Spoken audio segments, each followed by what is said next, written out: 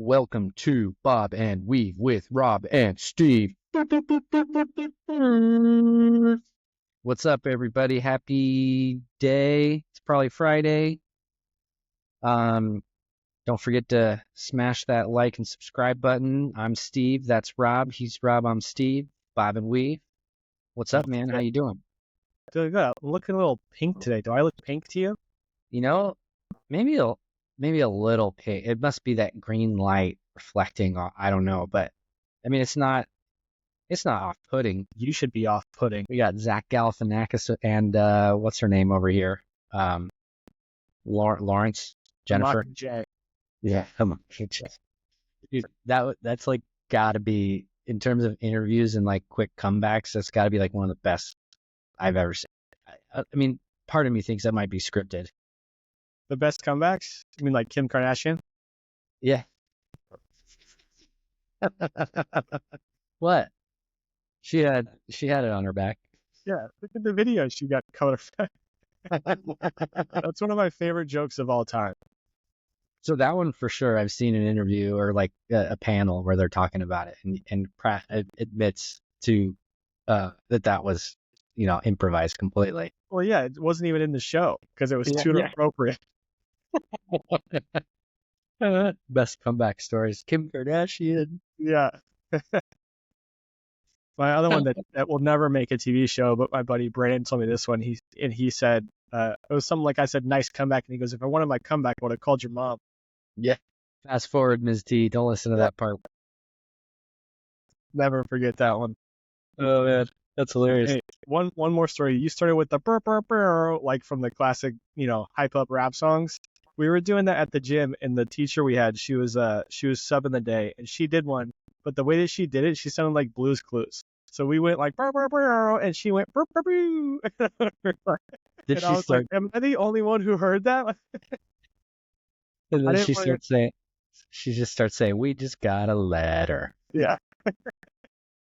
I didn't want to embarrass her, so I didn't call her out. But Nicole and I talked about it on the car ride home, and she's like, "Yeah, it was kind of Blue's Clues." Yeah. Oh my god, that's hilarious.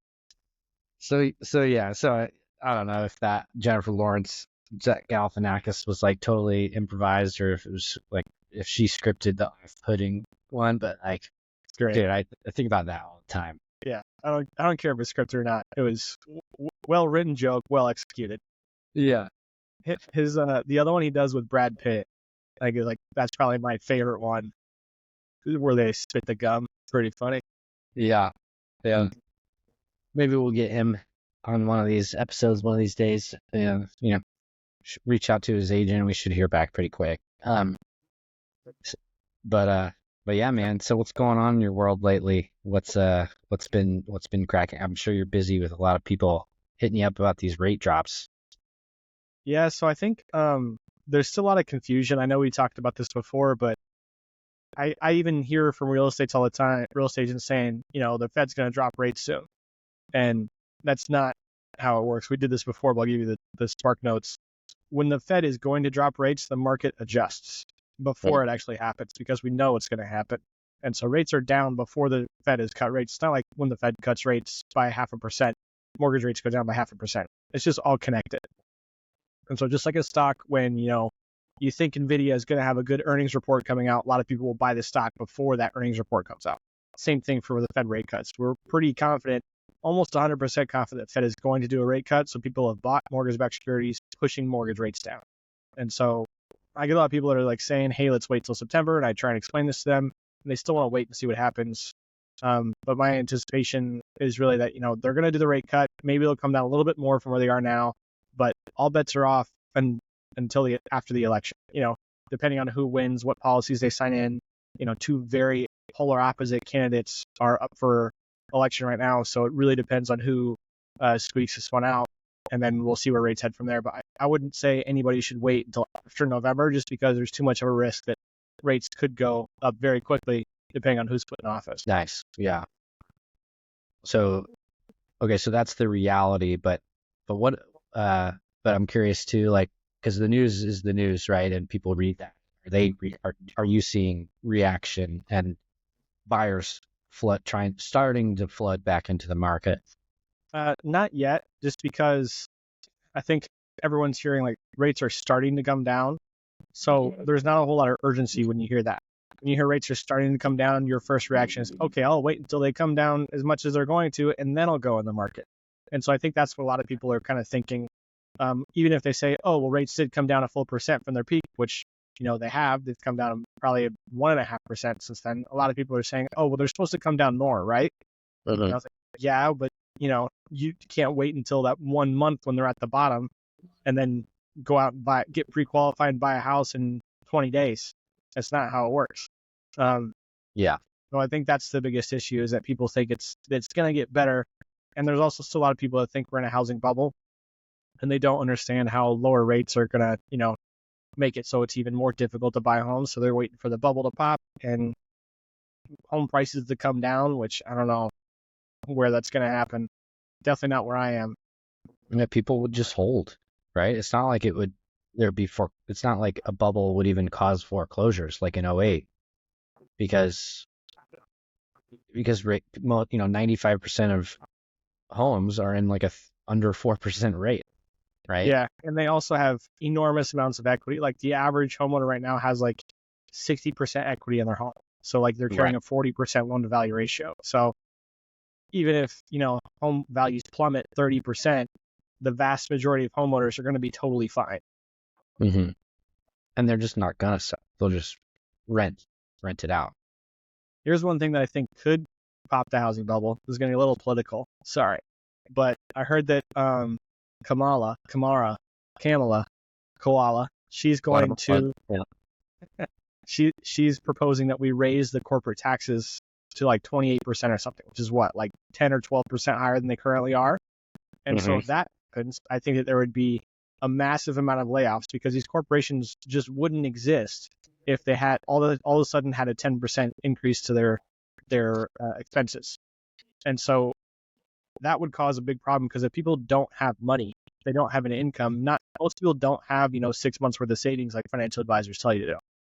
Right. So that would be something that could cause a lot of foreclosures if 30% of the country lost their job. Yeah. Something like that. That would be a massive depression. That would be huge. Yeah. But I think that's the reality. If you do that to corporations, like it's not like they're gonna, it's not like the government's gonna turn around and give that money to the citizens. They might create programs that should help citizens, but then they don't, because nobody has any accountability in government. Like we spent in California, we spent whatever $23 million in homelessness, and it's only gotten worse. So where's the money gone? Nobody knows. So Right. I think that's one thing that could cause a housing bubble, is if Kamala gets elected and she causes this massive amounts of layoffs.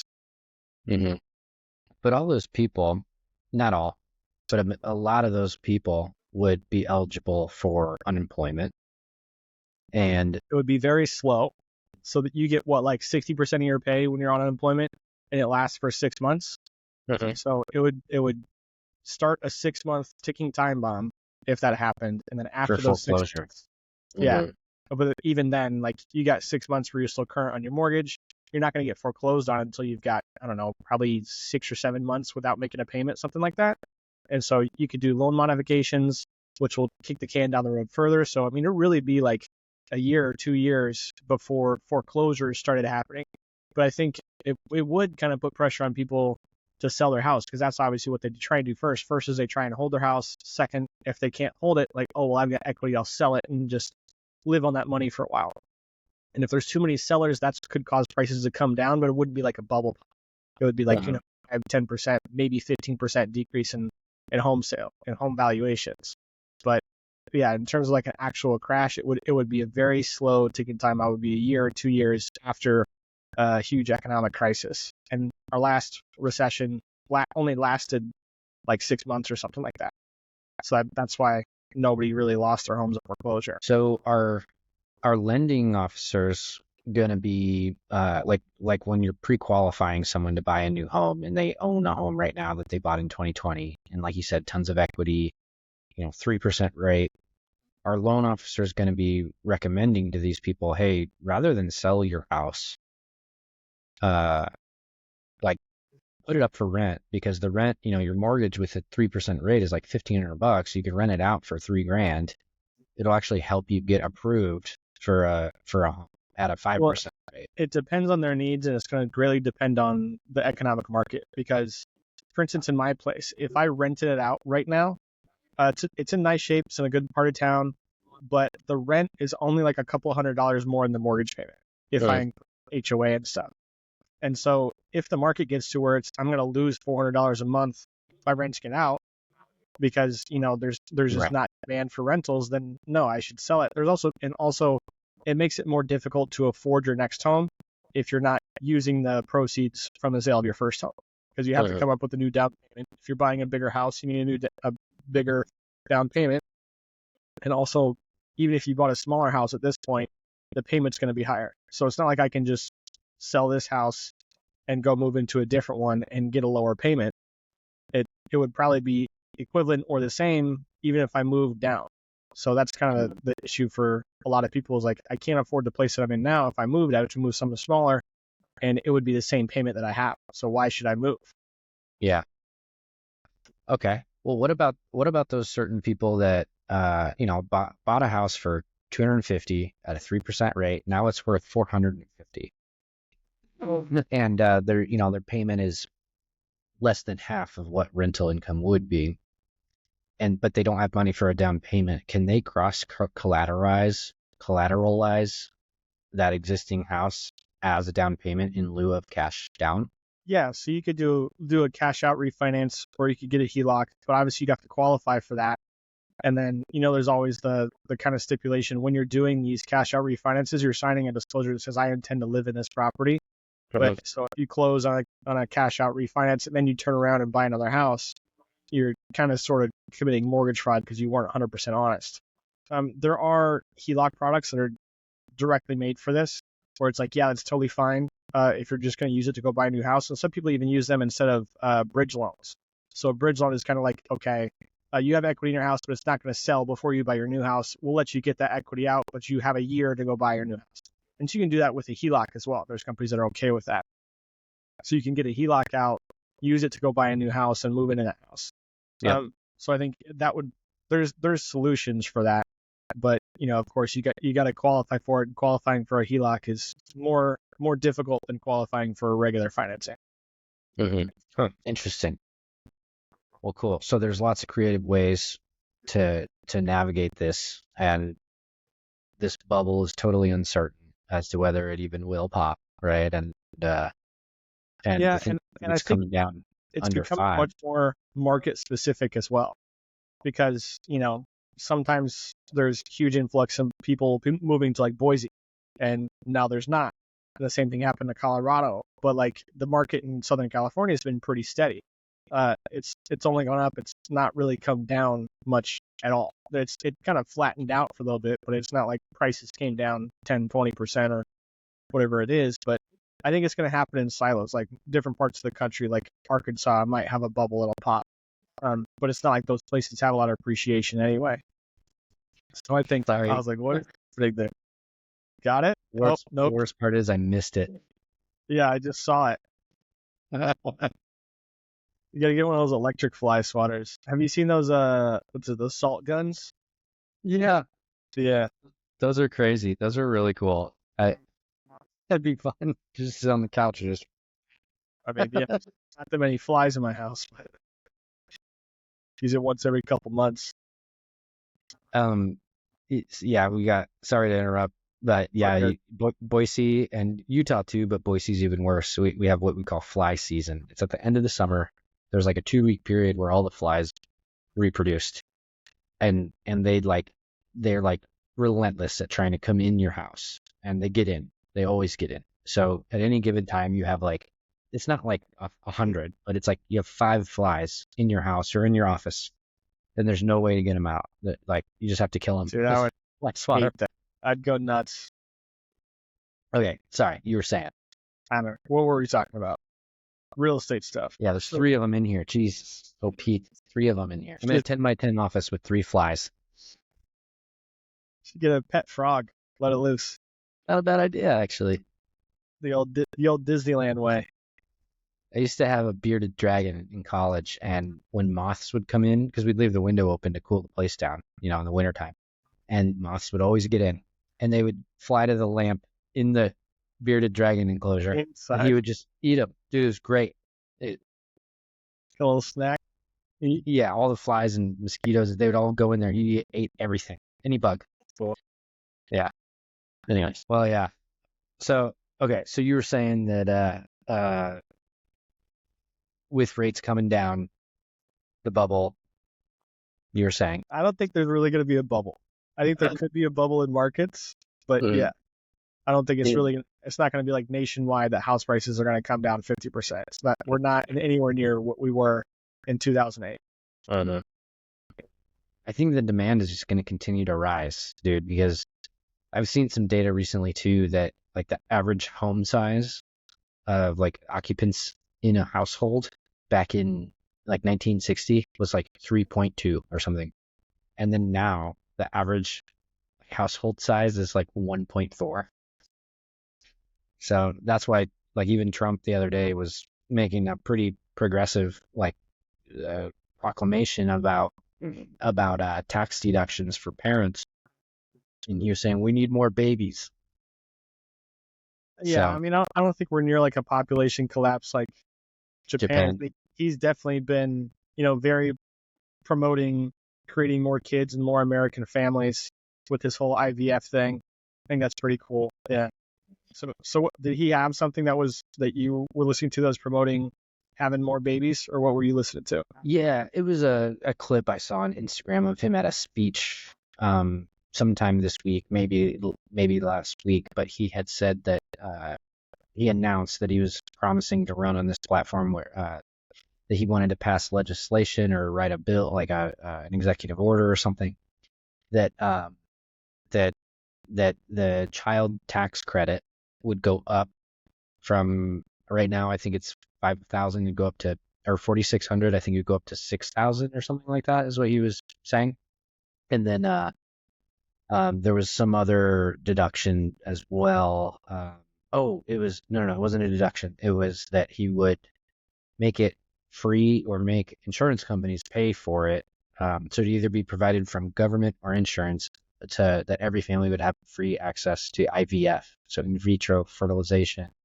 So having babies without, for people who can't, whatever, naturally, I think which it is of course if becoming more common with our food yeah, situation. that's something that my dad brought up to me recently was out of the blue he texted me like, hey, that I'm becoming more and more aware of like all the garbage that's in the food that we eat. Yeah, and he knows that I'm kind of a nerd about this stuff, so like he wanted to talk to me more about it. And I think it's because, RFK has a bigger platform now. He's Mhm. talking to all the Republican Party, and that's like his big shtick is like, okay, he's on your head above your left eye. Can't do anything about it. All right. Well, yeah. So he's getting a platform. That's his main policy is to fix the health of America. And so I think it's getting more out there that what we're eating is not good. And I should have saved it yesterday, but it was like the ingredients of like common food that you would typically buy, what it was 30 years ago and what it is today. So it was like, Ritz crackers used to be 5 ingredients.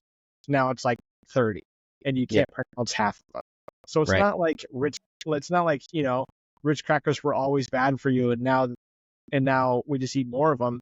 It's that, there was not regulate, like nobody even thought to put maltodextrin or any of these other chemicals into food. It's just you needed bread, you put wheat and water and sugar, and that's what you got for it. You made crackers out of Yeah. it. And the big difference since then too is, and this is more on the conspiracy theory side, but I think RFK acknowledges a lot of it, is that over the course of that period of time, corporate infiltration of the governing bodies and agencies that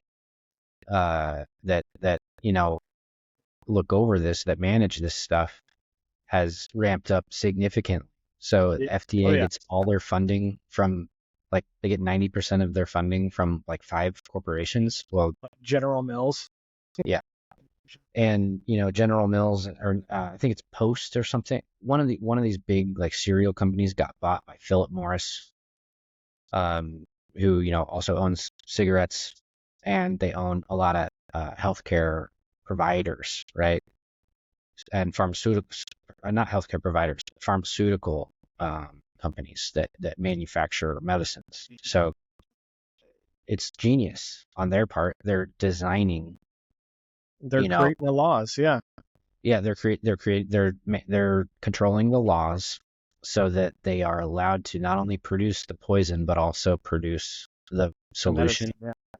Yeah, the antidote, right? So it's like they're making money both times. They're making money off you to hurt you, and then they're making money off you to help you. When really all you need as a human is neither portion of them.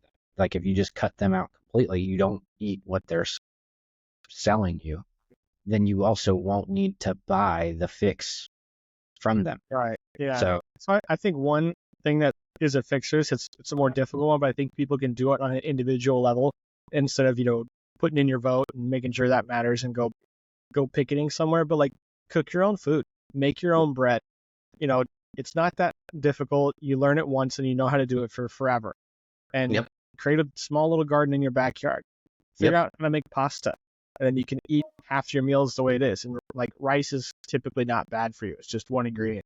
So buy things at the grocery store that are less than 4 ingredients and learn how to make the things that are beyond that. And I think if we had more people that knew how to cook, because like I feel like I barely know how to cook. I know how to get enough where I can get nutrients in my body without poisoning myself, but like I definitely don't know how to do as much as I should know how to do. But I think yeah. that would be if somebody wants to try and fix this on their own, just learn how to cook, go to a cooking class, figure out how to make simple things, bread, pasta, whatever it is you like to eat. And YouTube's so good for that too, for Yeah. finding how to do these things, and it's free. It's there. And yeah, I mean, we've talked about it on here before that we have a garden at our home, and all of our lettuce, all of our herbs, all of our zucchini and cucumbers, tomatoes, watermelon, potatoes, onions. We don't buy almost any produce at the store anymore, and I've noticed like my stomach's flatter and I haven't lost weight. Like bloating is just gone. And Getting chickens soon? the next property, like when we move, it's got to be somewhere that you can have chickens, and I'd even like a goat and like a couple cows, because I'd like to start raising like a couple cows for slaughter, and for having meat. Um, but That sounds so expensive to me to raise a cow. So much grass. yeah, I mean, you definitely need like at least an acre, and then you still have to supplement the diet. But you can get around that too. You can buy a cow from a local farmer, a half cow. Just go with a friend, split a cow. But we bought the freezer, so we're ready to do that this winter. We're gonna try to do it. Fall is a good time to get a cow because they're fattened up after the summer. So they do it. They sell a lot of meat cows at that time around here. But uh, but oh, I was gonna tell you, our neighbor bought just like a couple of fruit trees from Home Depot, and they're organic. And dude, I tell you what, like the peaches from like, oh my God, they're so good. And I can't silence that, by the way. This is an old phone that you can't silence the ring. I apologize.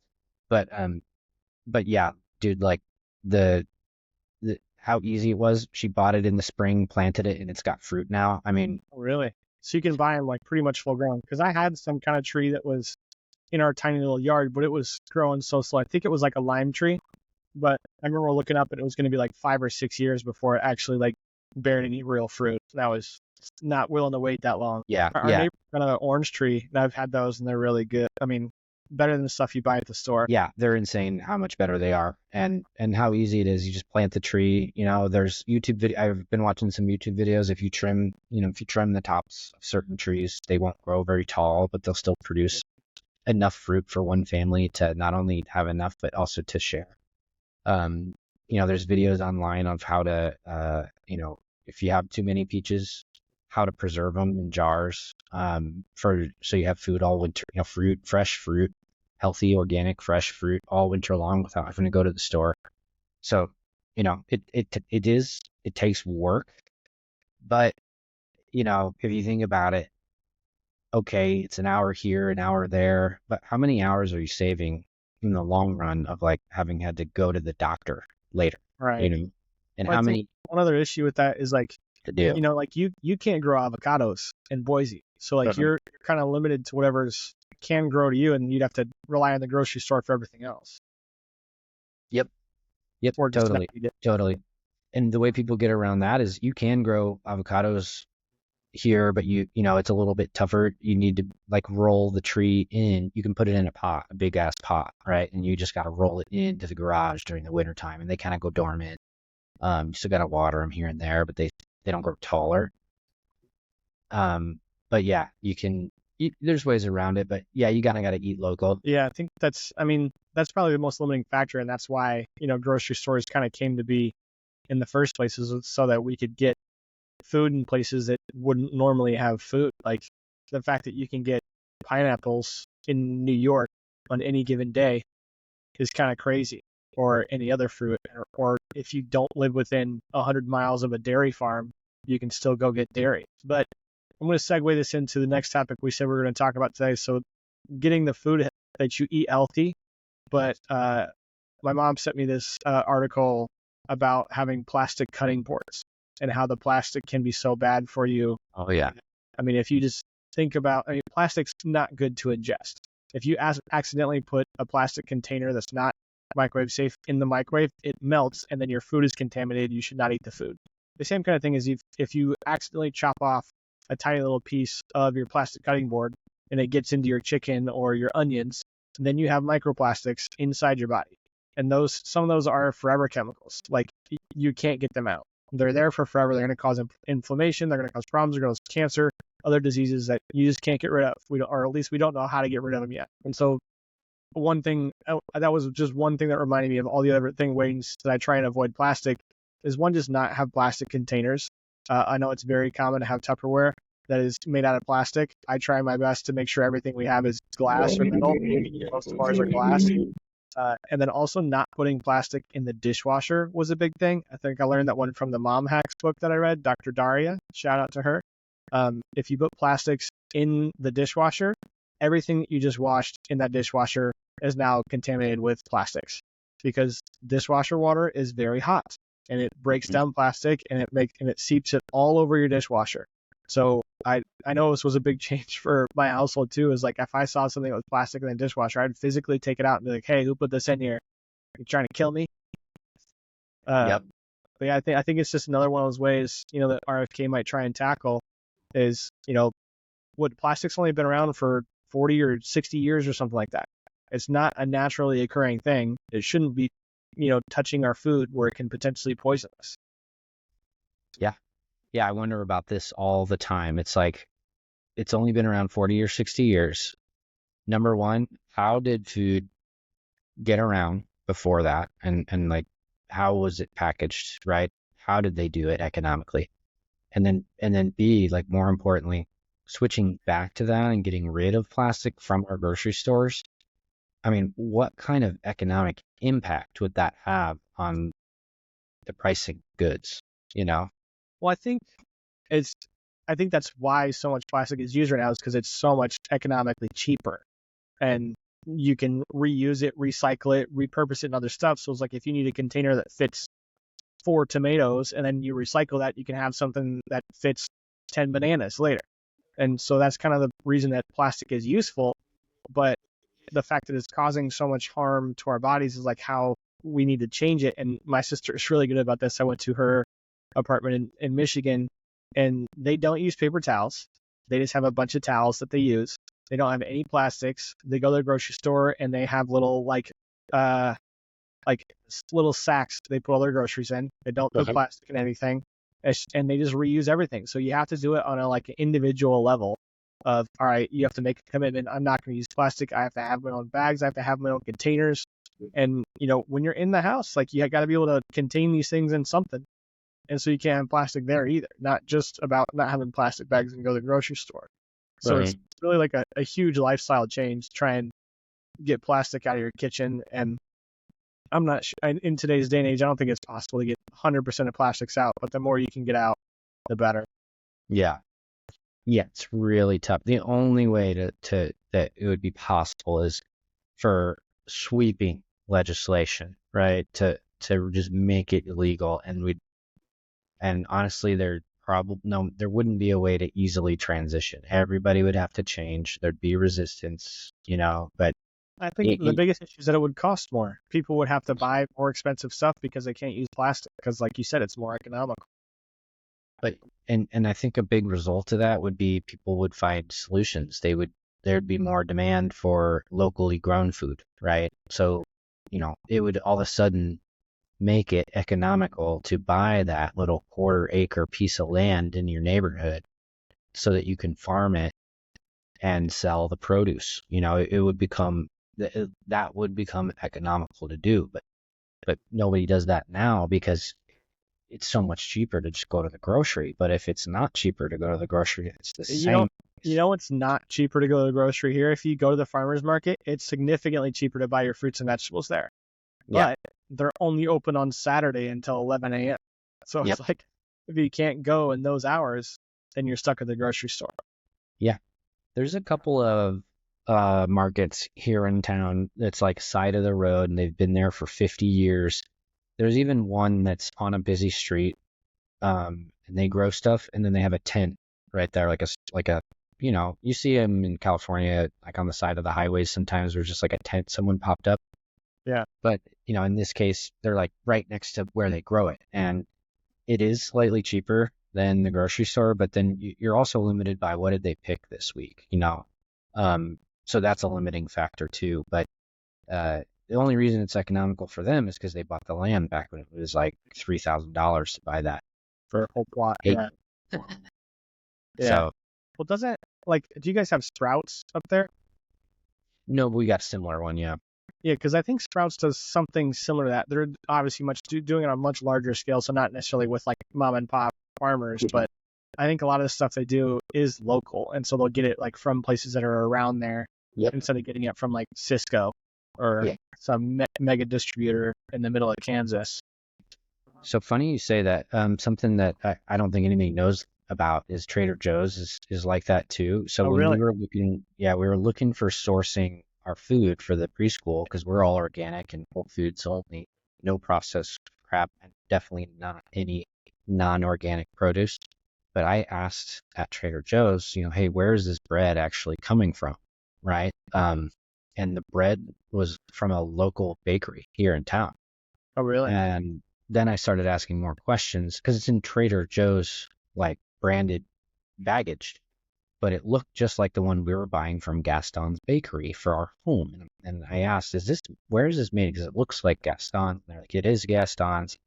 And they were saying that a lot of their Trader Joe's branded stuff is local. So here in Boise, they sell Trader Joe's brand, organic whole milk yogurt. And if you look on the back, it says manufactured at whatever the local dairy is. So I think that's what you're describing Sprouts is doing too, is they're partnering with local spots so that they don't have to pay so much. They don't have to build a distribution center. They don't have to transport all this stuff and worry about refrigerating it on the trip. They just partner with local places to, and they contract with them to produce the stuff in Trader Joe's branding. That's what David does in Schiss Creek, right? Maybe. I Have haven't you? seen. So he creates a store in Schiss Creek, and that's what he does. He goes to all these local farmers that are all over the place, and just rebrands everything that they have and sells it in the store. Yeah. Seems cool. I'll have to go. There's a Trader Joe's like right next to where we go to Vaughn's for our groceries, just because that's what we're used to, and they have the stuff we like. But I'll check Yeah. them If out. there's an employee there that you've seen there for the last like 6 months or a year and they've been there a while, that's a good person to ask. I would just ask, hey, is this thing, like, say you like the goat milk yogurt, just ask, hey, is this made locally or what? Like, where's this coming from? Or that you can even say, hey, which things in here are branded Trader Joe's but are actually something local and like are good and I should try it. And they'll like the Trader Joe's employees are like, especially the ones that are there for a long time, dude, they know their stuff. And I've never, well, they've never steered me wrong on like a good recommendation on something at the store. I really like that store. Yeah, they just don't have everything that we need. Like Yeah. like there's Nicole's a little bit of a picky eater, so it's like if she likes something, she wants to eat more of it. And so it's like it's hard to get her to try new stuff, Mhm. just because she also has a sensitive stomach. So you never know what's going to upset her and make her sick. So she's always weary of new stuff. So it's if they don't have the brand that she likes, she's going to be really hesitant to try it out. I get that. Yeah, I get cool, man. Yeah, it's pretty wild this whole topic. It's so crazy that first world country, we pride ourselves on being USA's number one, but we have no self-respect in this regard. It's just insane to me that that we I think the main cause of this is that our government has no transparency. And uh so like most people when they go to vote, they don't know what they're voting for. Heck, I'm not even 100% sure what I'm voting for. I just know a couple of topics that I'm interested in. And the chain of command is so large, you never know who's really in charge of what. And uh it's impossible to get things done and to get them done efficiently because the system's just too big and it's too many opportunities for somebody to be selfish or unfair or work for a tobacco company and have another agenda. It's just too many opportunities for that. And so I think that if we can somehow create more transparency and more efficiency and people really know what's going on with their tax dollars, I think a lot of people wouldn't mind paying taxes if you could see that, the $3,000 you paid for actually did help feed kids in schools and build new roads. But instead, we're funding wars in Israel and Ukraine. It's like, okay, I didn't need to pay taxes for that. I don't want that to happen, but and that's just part of the system that we've created. And I think if we shrink it down and make it more simple, it could get fixed. And hopefully the food thing will be one of the big ones that goes with it. yeah, I hope it is. Yeah, I really hope it is. I'm glad that I wanted to vote RFK simply for this, like if nothing else. And but my confidence in him winning was near zero. But I was gonna still vote for him on principle. And but so I'm glad to see him at least partner with someone who has a chance at winning, right? So that because I believe him that he'll do what he can. I am kind of worried though. I've seen a couple of videos of him since making that announcement, and his voice has gotten a little worse, and he's looking a little more shaky. He's looking a little older, like all of a sudden. Interesting. Wonder what's going on with that. I'm interested to see how the vote, because there was a lot of people that were saying, they're just anti-Trump and they didn't really like Kamala, so they were going to vote RFK. But now that he's with Trump, are those people that were going to vote RFK going to vote for Trump? I think it kind of creates a divide because, some people are just, doesn't matter what Trump does, doesn't matter what he says. They think he's a fascist and a racist and they're never going to vote for him. Yeah. But now that, the candidate they were going to vote for him is with Trump and actively bashing the Democratic Party, I think it makes a case to at least listen to him, but I don't know if some people want to. Yep. Yeah, a lot of people think that what he has to say is absolute horse manure, right? And what which is crazy because it's all 100% true, or he would be in heavy litigation from a lot of corporations and a lot of people. So yeah, we'll see how it goes. It'll be interesting for sure. This is going to be one of the. I was just talking with my mom about this the other day. I don't know if it's that I'm getting older and care more, or if politics is getting more and more crucial and interesting. And her answer was both. Yeah, I think, when you become adult, you kind of see how it affects your life and like what's going on around you. And I think especially when you have kids, it affects your life and your kids' life and the future of what it's going to look like when your kids are adults. I think that's what brings more attention to it. Because yeah, when I was 22, I didn't give a shit what was going on in politics. It's not going to change my life. Maybe taxes go up 1 or 2%. Maybe they go down 1 or 2%. That's all I cared about. But now it's kind of like, okay, we're trying to shape a future for our children, and what's the world that they're going to live like look like, and we want to leave our mark on this place and make it better than when we got here. And I think that's why it's more interesting the older you get, because that's kind of perspective you get when you get a little bit older, a little wiser, and a little different perspective. Because when you're young, you're just thinking about yourself. How can I make a buck tomorrow? And politics can't help you do that. Facts. Big facts. Big facts. Cool, dude. Well, I think that about wraps up our time here, folks. I want to say one more thing. So we were talking about, this is totally off topic, but I just think it's funny, so I'll talk to you about it. So we're doing like this competition at my gym, and we have to create a team and go do this competition. So we're trying to come up with team names, and here's some of the best ones that we got. Sore Losers, SORE, Nice. Jacked in the Box. That's kind of inappropriate, but Yeah. this Yeah. one might be the winner.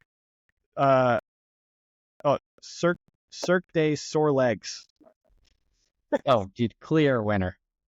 We got, Clear winner. here's some other ones that I saw. Quad goals. So it says squad. Nice.